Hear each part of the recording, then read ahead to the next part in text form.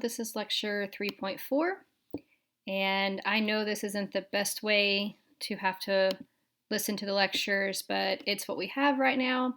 I hope all of you are staying well. And if you have any questions throughout the rest of this semester, please don't hesitate to email me. Or if you even want to talk via Zoom, if you want to talk in person that way, please just let me know and I will send you an appointment link. Okay, so 3.4, the English Reformation. We talked about the Protestant Reformation and the Counter-Reformation, and all that had to do with the Catholic Church, either trying to reform it from the inside or to take actions once the Protestant Reformation took full force. And this one, we actually are switching gears. Even though it's called the English Reformation, it doesn't have a whole lot to do with what was going on in mainland Europe. It is somewhat involved with that, especially early on, but it really takes on a life of its own as you get further into the 16th century. Now, the English Reformation, one thing that made it different from what was happening in the rest of Europe is that it is political in nature. There are some religious aspects to it, but it's very much caused by the king, who you see here on the screen, Henry VIII, and not so much by the priest. Now, Henry VIII, he reigned from about 1509 to 1547. His lifespan is 1491 to 1547, and he is a pinnacle example of a Renaissance king. He was educated in the humanistic standard of improving both the body and the mind, and he is only the second king in the Tudor dynasty. His father, Henry VII, defeated Richard III at the Battle of Bosworth Field in 1485. And even though Henry VII had a successful reign, there is still the issue that the throne needs to be secured, and that can only be done by a son.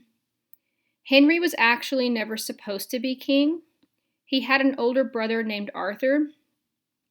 As such, Henry was trained in religion. So typically at this point, you would have had the oldest son actually being trained in political affairs, natures of the state, and here Henry was the second son, and so he was trained in religion. Now this makes Henry more knowledgeable about scripture than most monarchs at the time. Henry is not a fan of Luther. This is Henry VIII, and when he's a young man, he actually authors a piece called Defense of the Seven Sacraments, and he writes this in 1521. And this is in response to Luther's teaching about only the sacraments of baptism and communion being necessary. And Henry, who will become Henry VIII, will write in his defense of the seven sacraments that all seven of the sacraments are necessary. Remember, at this point, the English have not separated from the church. That is coming later. Now, because of this, because young Henry decides to take it upon himself to defend the church against Luther's teachings, the Pope actually gives him the title of Defender of the Faith. Okay, you could also call this Defender of the Catholic Faith. Now, Catherine of Aragon, she lives from 1485 to 1537, and she becomes Henry's first wife. She is from Spain, and she is a very devout Catholic. She is the daughter of Isabel and Ferdinand of Spain. You would know them for their contribution and finance of Columbus's expedition. Now, she was first married to Henry's brother, Arthur, so she was never expected to be Henry's wife.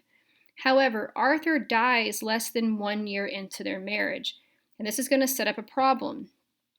The bond between England and Spain, the political bond, was incredibly important at this time.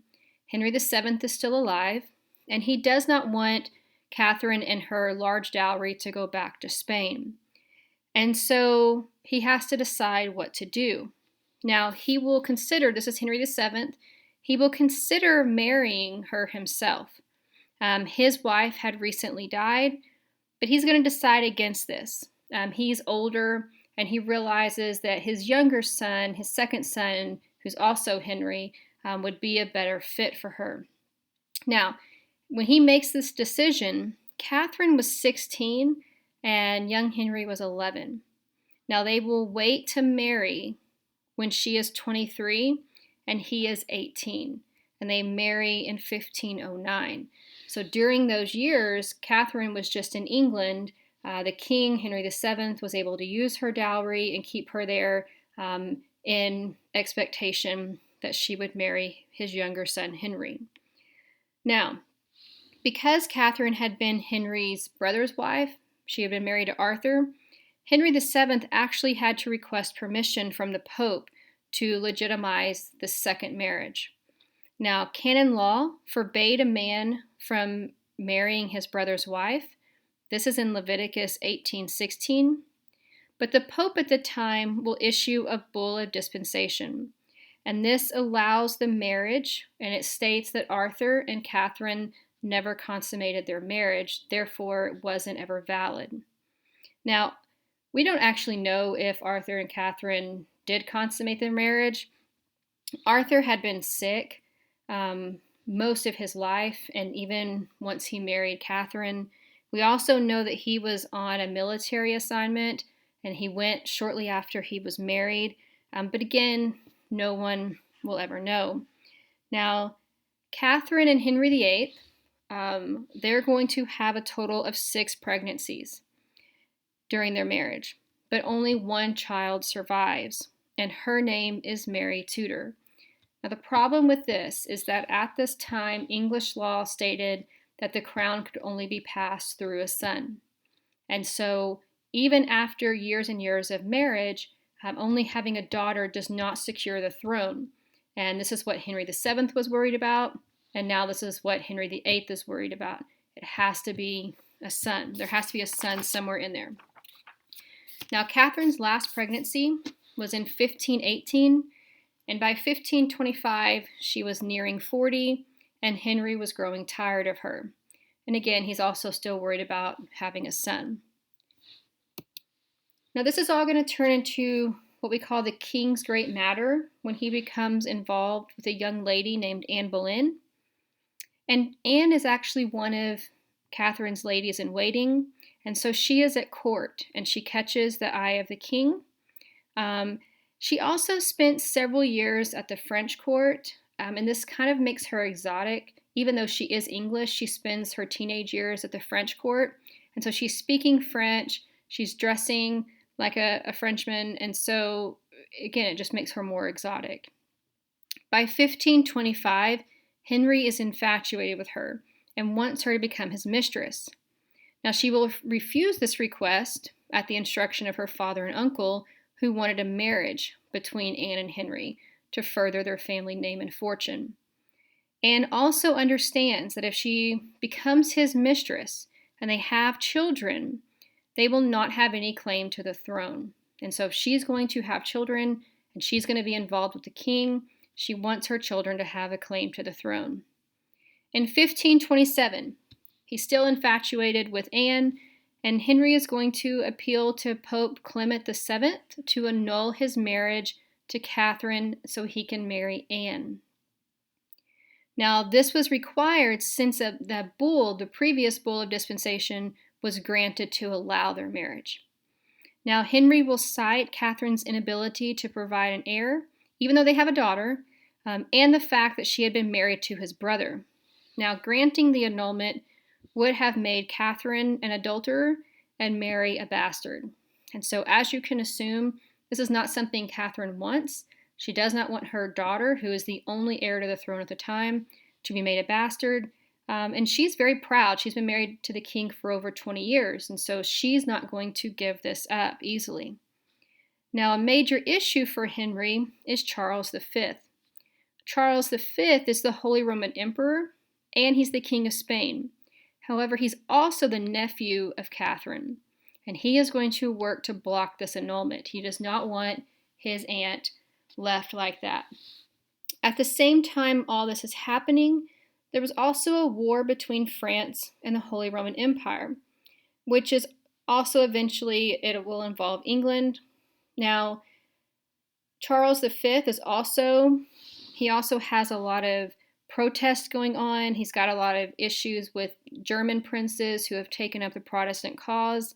With all this war and everything, you're going to end up having the sack of Rome. Now, this happens in 1527. Pope Clement, at this point, will end up fleeing to Charles for sanctuary. Now, this is the Pope that Henry is trying to get the bull from, stating that he can have his marriage annulled with Catherine and marry Anne. Now, when the Pope flees to Charles for safety, this is actually going to put him under Charles's thumb, and he's not going to be able to grant Henry what he wants. The emperor will not allow it. Now, the English official put in charge of the annulment was Cardinal Wolsey, and he is Henry's chancellor. When the annulment fails, Henry and Wolsey begin working to secure a divorce. So now that Charles has Clement, Henry can no longer get an annulment. Now they're going to start working to see if they can get a divorce. Now, when Wolsey comes to power, he's going to actually be Henry's chancellor and go-to man for most of the first years that Henry is on the throne. He amounts an extremely large amount of wealth. He will build Hampton Court, which is actually larger than most of the palaces that the king owns. And it is rumored that he actually was worth more than the king. Now, once the divorce seems unlikely and Henry's trust in Wolsey falters, Wolsey will actually gift Hampton Court Palace to Henry, trying to save himself because he realizes that the king is becoming frustrated. Wolsey worked on the divorce for several years and was unsuccessful, and Henry just grew tired of waiting. Now, just like the annulment, Catherine does not want the divorce, and she swears that her marriage to Arthur was never consummated. In the end, for Wolsey, he will not be able to achieve a divorce for Henry, and he is dismissed in 1529. Shortly after he's dismissed, he loses all of his wealth. The king will take it, and he gets word that he is going to be charged with treason by the king. However, he dies before he ever makes it to trial. So he was never actually put on trial or executed. He will die before that. Now, Henry, at this point, has lost his most trusted advisor, which was Wolsey, and he still doesn't have a divorce, and so he starts to rely on others. He's looking for other people to come and help him with this divorce. So you have three men here who are going to be responsible for what's going to happen over the next several years. First is Thomas More.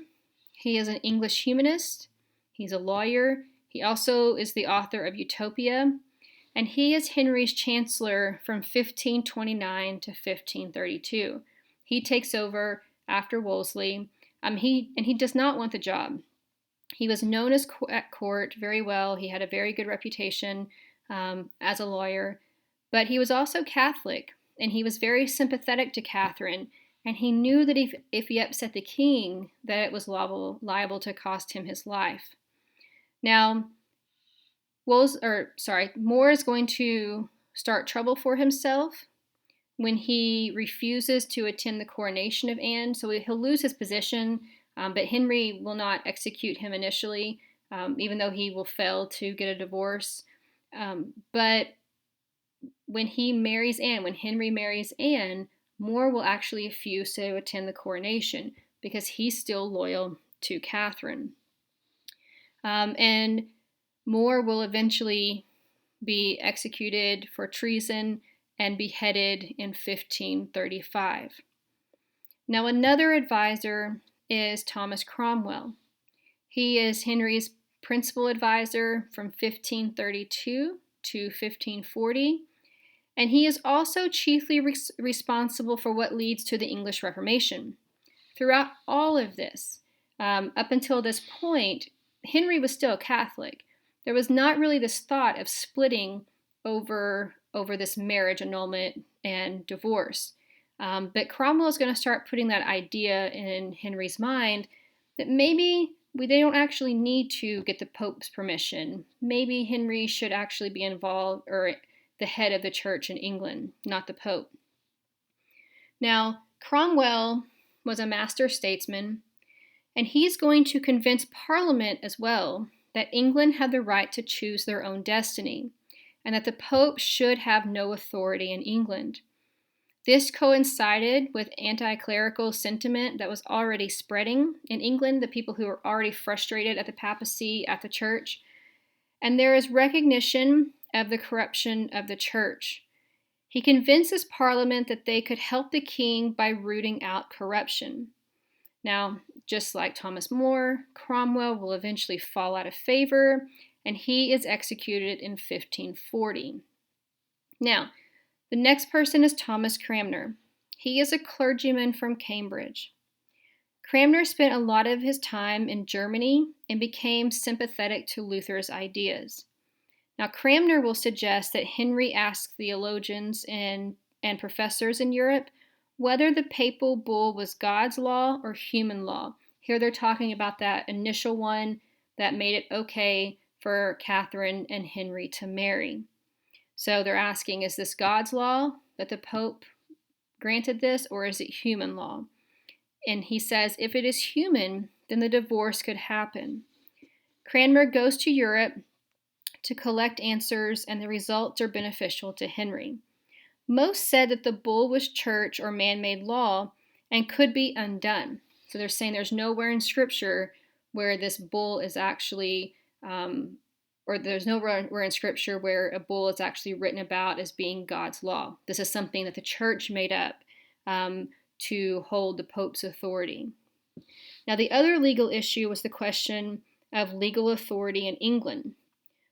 Can England establish the authority to grant a divorce? Why do they have to go to the Pope? And they would also ask, isn't this a matter for the church in England? Cranmer will be rewarded for his work to obtain a divorce by becoming the Archbishop of Canterbury in 1533. This is going to make him the highest church official in England. Now, pressure intensifies in 1533. All this has happened, and there's still no divorce yet. But pressure will intensify in 1533 because Anne becomes pregnant, and her and Henry are not married yet. They both know that any child she produces will be a bastard if they are not married before the child's birth. Now, Cranmer will hold a meeting with religious leaders in England in 1533, and they agree to grant Henry a divorce. So finally, in 1533, Henry is granted a divorce by English church officials, not by the Catholic Church. Now, during this time, Parliament also passes the Act in Restraint of Appeals, and this is also 1533.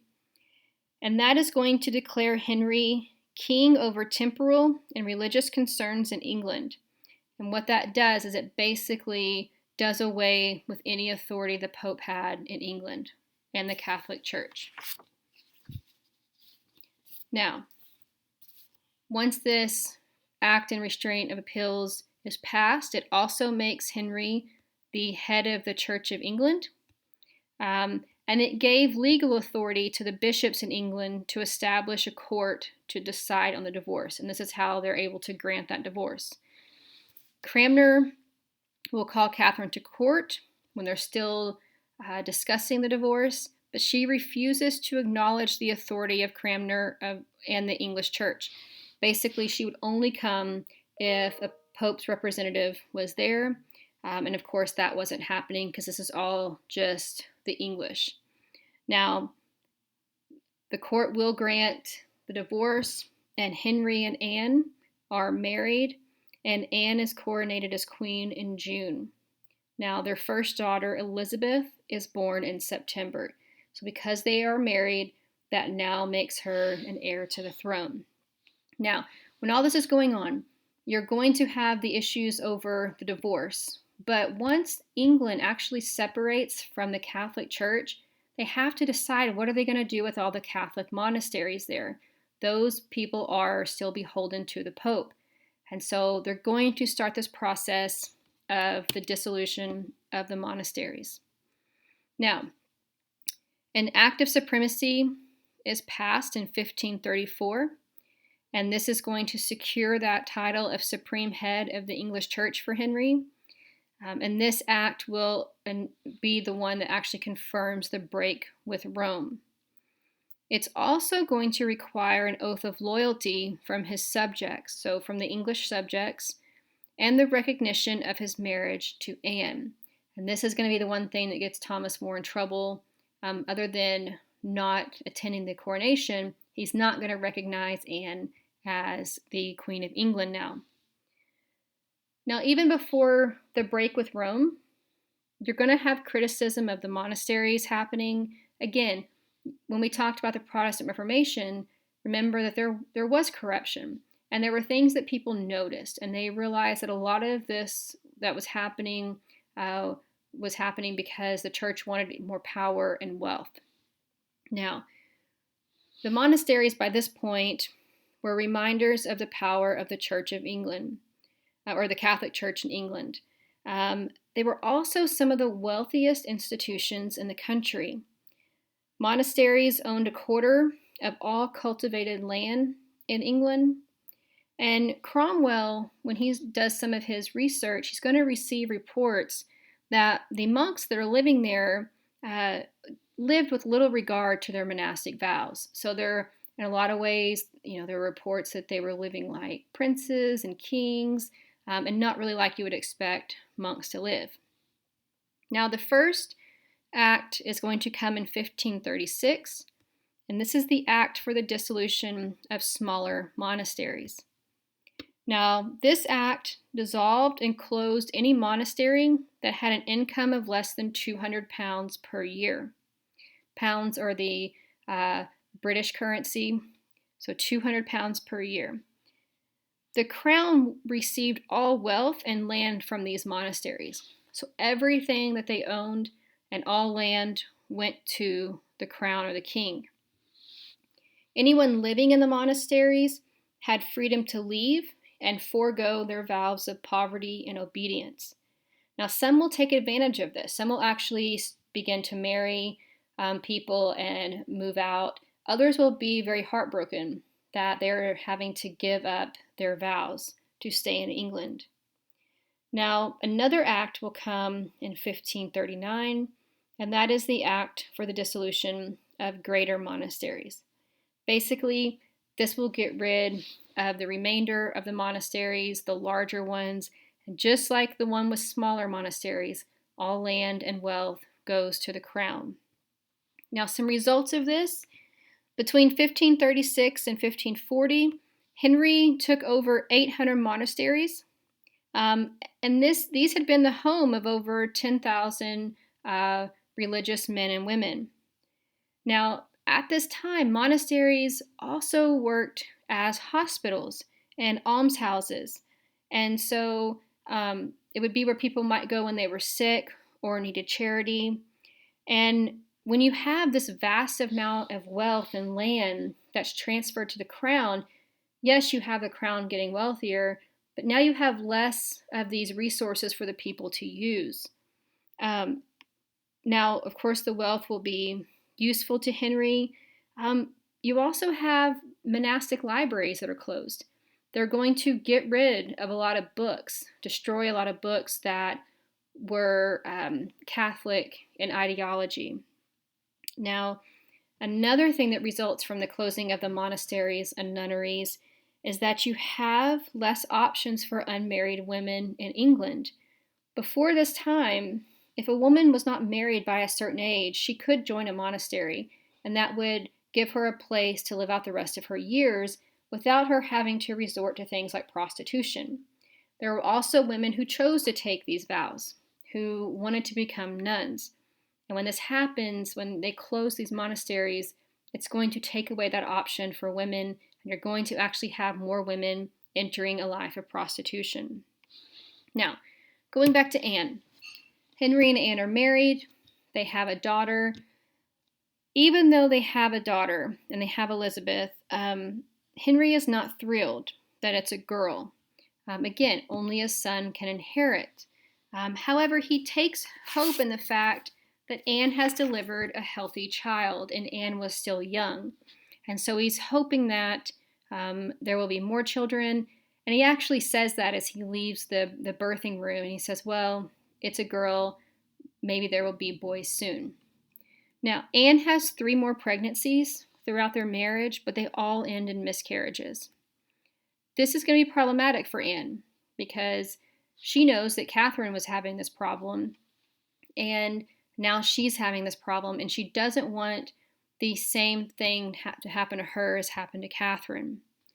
Now, Catherine is going to die on January 8th, 1537, when Anne is pregnant for the 4th time. And Anne knew at this 4th pregnancy that she had to produce a son because she was losing the king's interest. Also, when Catherine dies, it's kind of like this breaking point. This was his first true wife.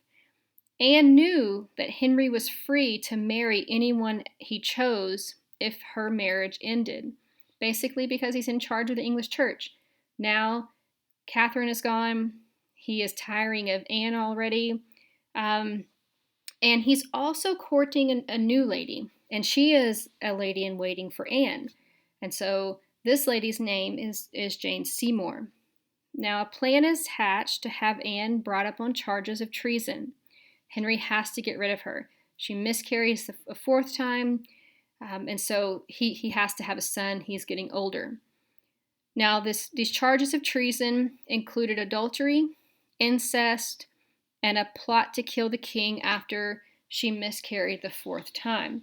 Now, we don't really know if there's any truth to any of this. Basically, it looks like, through historical records, this was just a way for Henry to get rid of her. The charges of adultery were with some of the men at court. The charge of incest actually was that she had slept with her brother, and so her brother will be arrested, as well as the men that she's accused of sleeping with at court. Her brother, and the other men will all be executed. Now, she's executed by the sword at the Tower of London on May 19th, 1536. When this happens, Elizabeth is made a bastard, just like Mary, and this marriage is considered illegitimate. So now he's had 2 marriages, 2 daughters, and really no good heir to the throne because he still doesn't have a son. Now, if you know the story of Henry, you know that he has 4 more wives after this. We're not going to spend time going over each one. The one at the top left is Catherine. The top middle is Anne. And the top right is his 3rd wife, Jane Seymour. Now, this is the lady that he is starting a relationship with when Anne is still alive. And Jane was betrothed to Henry on May 20th, 1536. Now, this is 1 day after Anne's execution, and they were married 10 days later. Jane will always be remembered as Henry's wife. This is how he wanted to be remembered. Even though he's married to Catherine for longer, Jane will give birth to a son, Edward. And so it's through Jane that he actually gets a male heir to the throne. But Jane becomes ill after giving birth, and she dies a few weeks later. However, again, now Henry has a son. She became his greatest love, Henry's greatest love, since she gave birth to the son, and he is actually buried next to her in St. George's Church at Windsor Castle. And so if you ever get to visit that, their graves are together. Now, he will have the 3 other wives. Anne of Cleves, she was just a political marriage. She's a German princess, but that marriage doesn't last long at all. It actually gets annulled. Catherine Howard is his 5th wife, who is the bottom middle. She is actually Anne Boleyn's cousin, and she is about 16 years old when she marries Henry, and Henry is 49 at this point.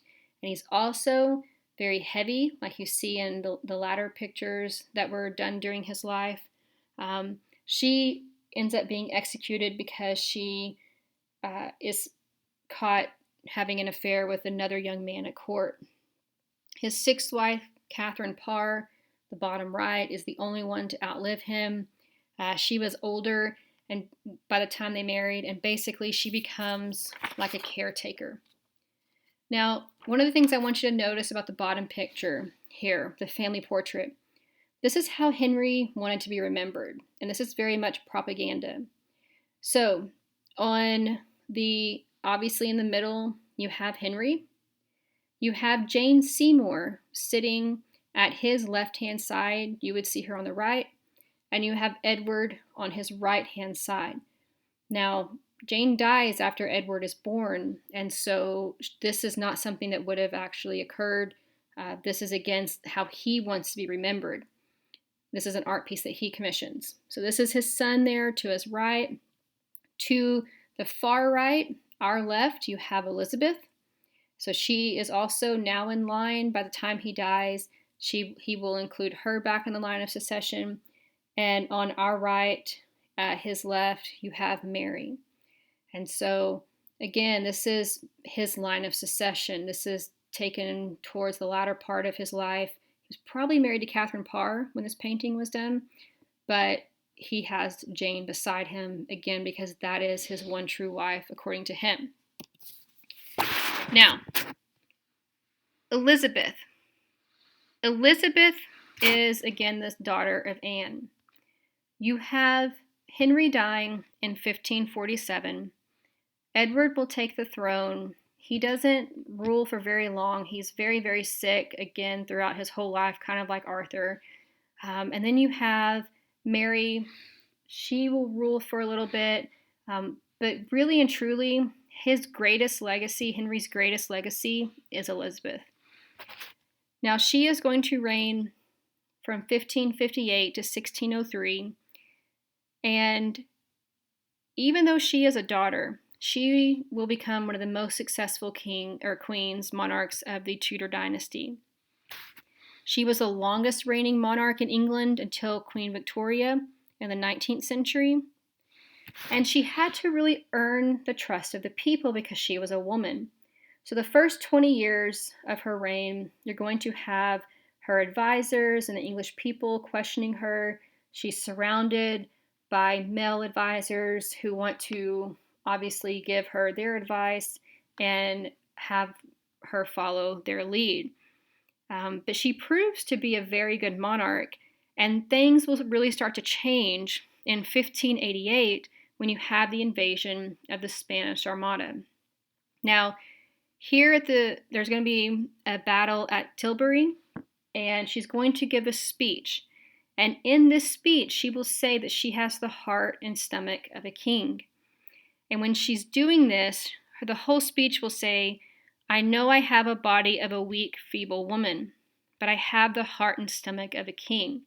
And basically what she's asking is for them to disregard her sex as a woman and to see her as a king, as the monarch.